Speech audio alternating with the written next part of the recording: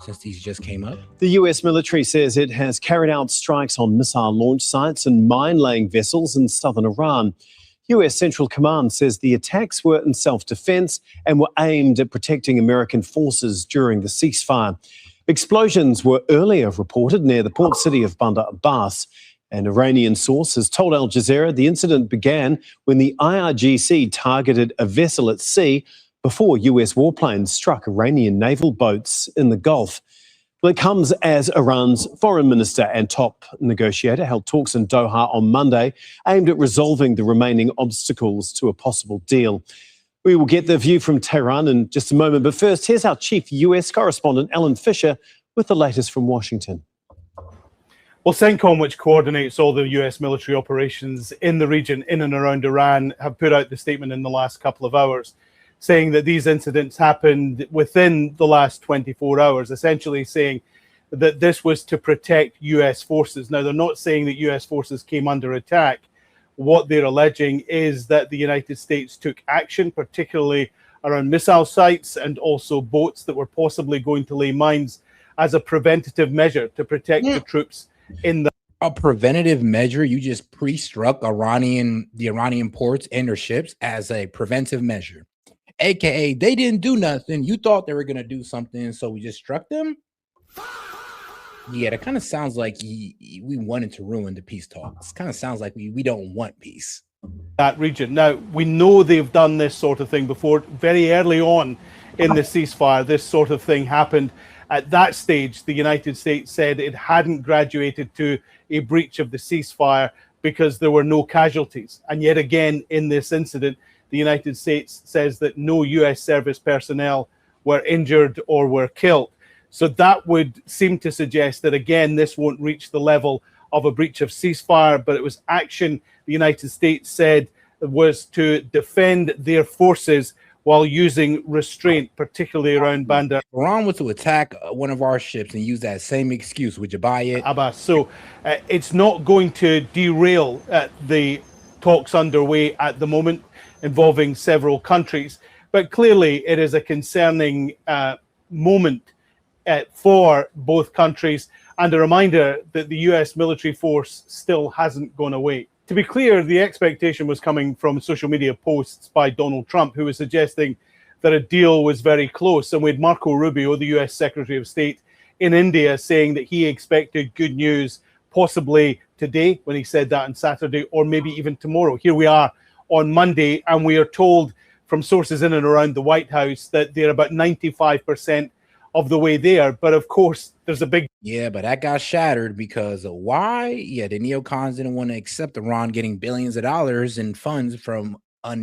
relief on sanctions, and they also couldn't handle them keeping their missiles and being able to fund their proxies.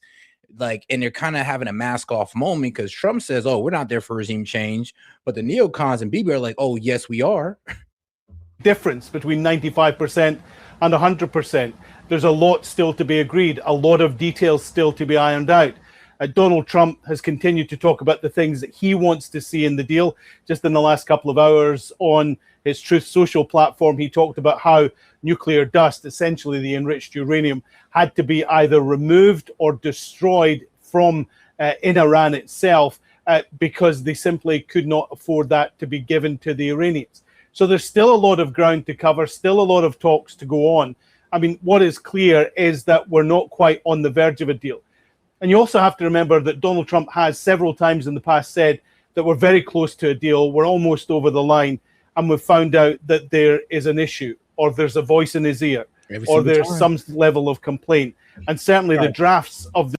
Every single time, though. Every time we get close to a negotiated deal or any type of ceasefire, well, Israel tried to F up the ceasefire last time through their reckless engagement in Lebanon. And of course, they are trying to F it up again, well, through their heightened attacks in Gaza. But all right, though, let's go ahead and get on to the next one. Far-right Israeli. Meanwhile, two senior far-right Israeli ministers have called for an escalation of military operations in Lebanon. It's a direct violation of the ongoing ceasefire deals. And yeah, you see how Israel is kind of just like slapping us in our face with that one. Like, yo, we're trying to get a peace deal, which requires you guys to cut the shit with the Hezbollah in Lebanon. And Israel's like, no, actually, I think we should increase our military presence in Lebanon, increase the firing in Lebanon, and F whatever the Americans are trying to do, because we want to take southern Lebanon. That was extended last week between the two countries. Finance Minister Bezalel Smotrich called for strikes on Beirut to counter Hezbollah's drone attacks, saying for every explosive drone, he said 10 buildings must fall in Beirut. While the National Security Minister Itamar Ben-Gvir called for a return. Hold on, he said, what? Go back on that. Saying for every explosive drone, he said 10 buildings must fall in Beirut. Of innocent people? Like, that's kind of crazy. If you could say 10 Hezbollah militants need to be taken out for every drone, I'll be in agreement with you.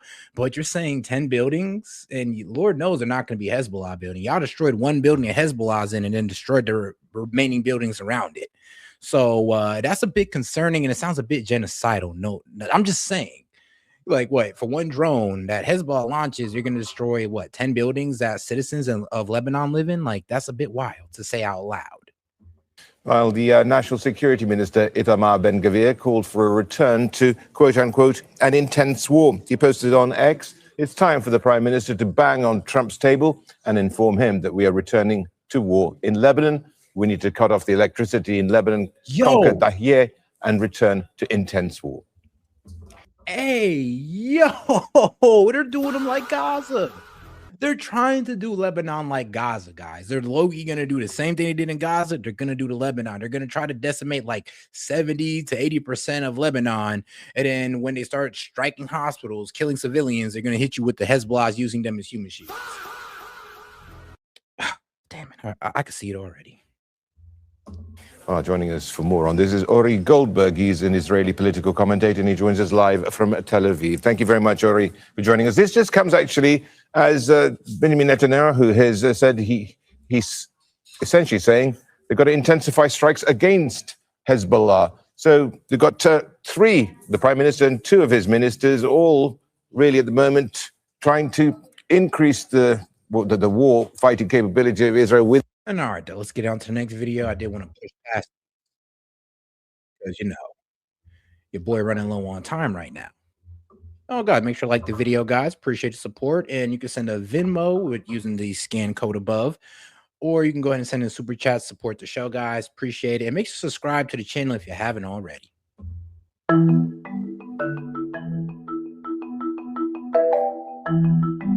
Iran's regime signaled a willingness for mass sacrifice as tensions flare up during high-stake talks with Donald Trump. I mean, yeah, they're training their people to, put together AK-47s on how to use them. They're teaching women, adults, who's ever willing to walk up there and find out, they're teaching them how to hold these weapons.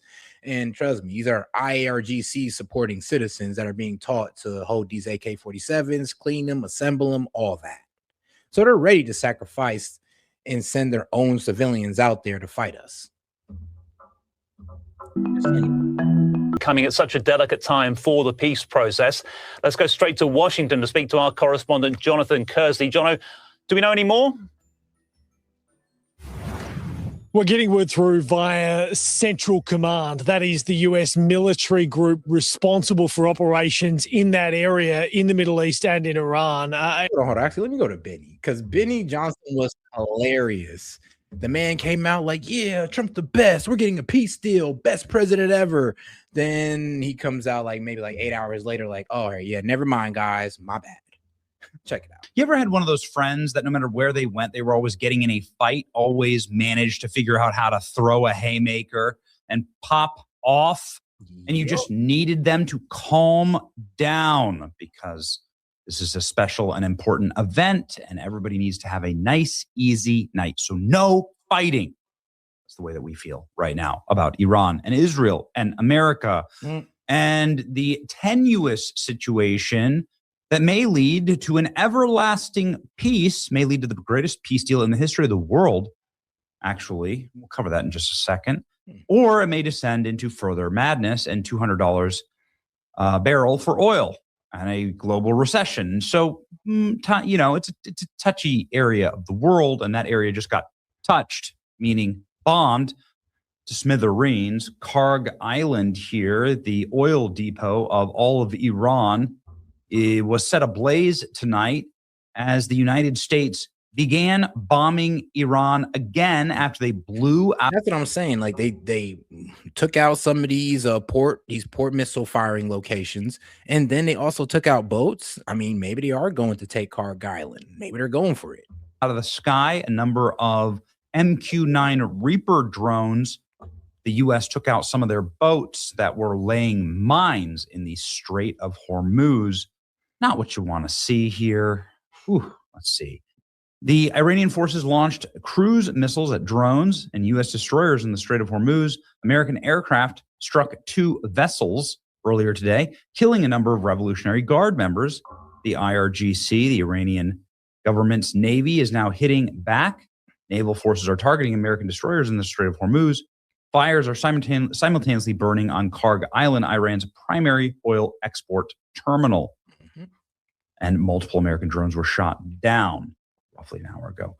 They had been hunting launch sites for Iranian missiles targeting warships, and there are conflicting reports of Israel also participating in these strikes. So, just like one more, just one more for the boys, right? Before our grand peace negotiations, just one more. Well, I mean, at least they didn't drag us into this one. At least we just literally did it with them this time.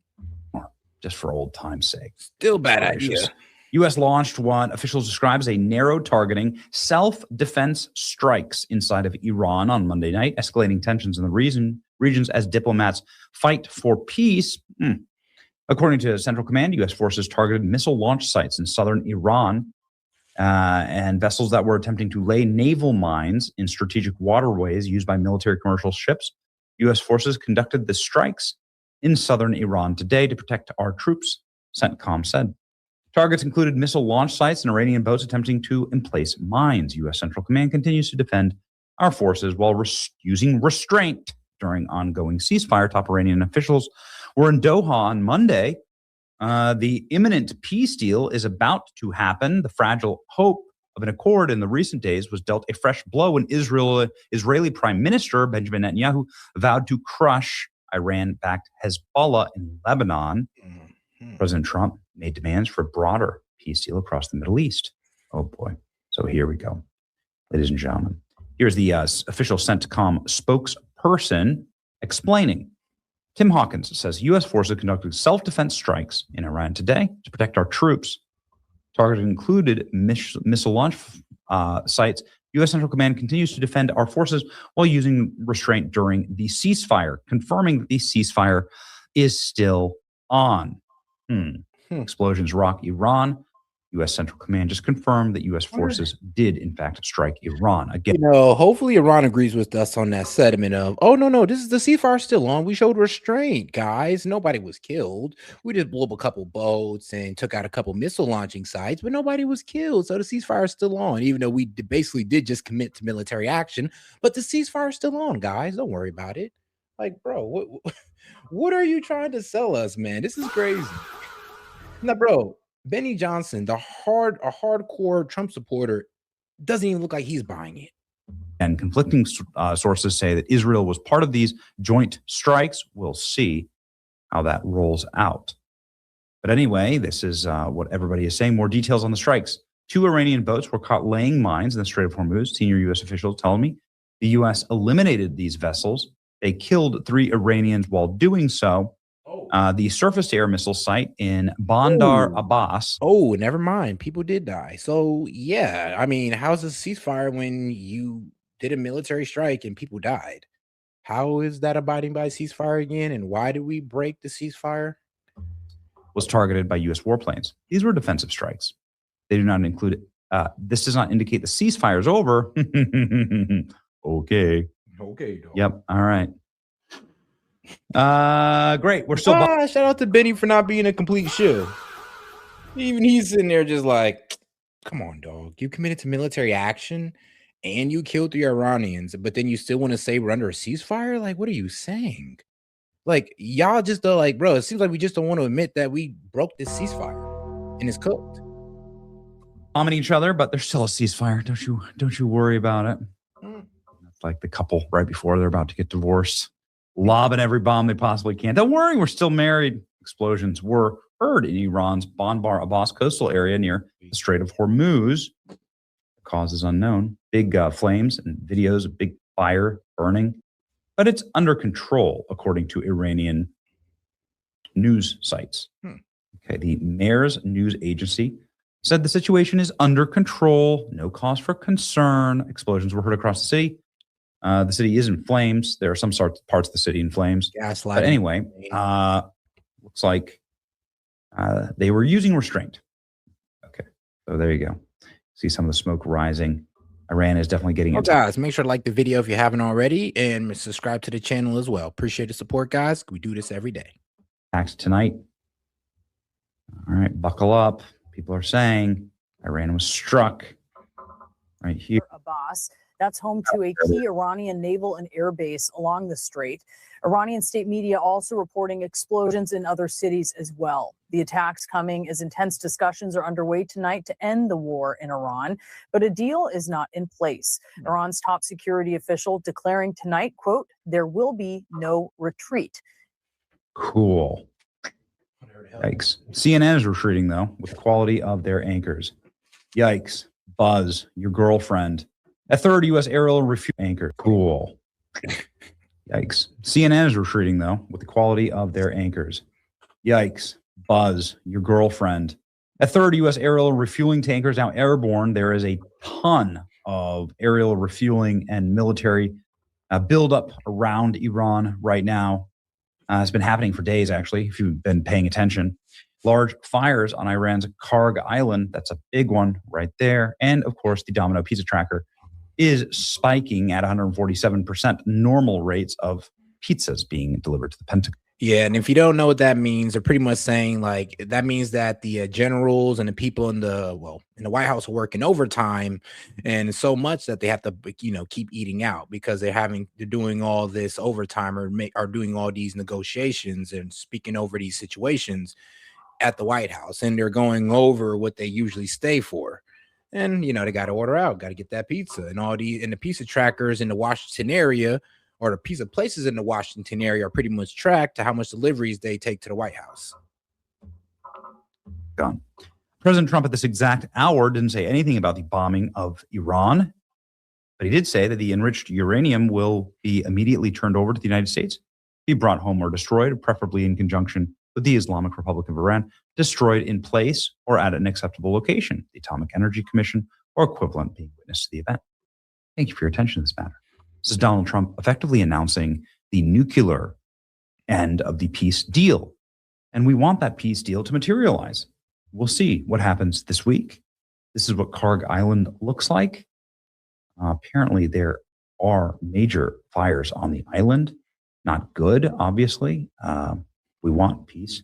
Senior U.S. official tells Fox the ceasefire still stands, even though everybody's bombing each other into smithereens. I don't want it to happen. At least 3 people were killed. U.S. attack. All right, guys, I'm going to go ahead and head out on this one, man. I do appreciate you guys tuning in, but hey, we went a bit over time on this one, about 30 minutes over, 4 hours and 33 minutes. So, hey, appreciate you guys for tuning in, and those of you who stuck around for at least an hour or two. Appreciate the whole support. But all right, guys, I'm heading out on this one, guys. It's Set with Set Media. Make sure you like the video, smash that like button, and I'll catch you guys on the next one, guys. Oh, subscribe to the channel if you haven't already, guys. All right. Noah! Larry, what the hell are you doing? Larry! Larry, you can't just... Oh, Larry! Oh, are you all right? How did... Larry!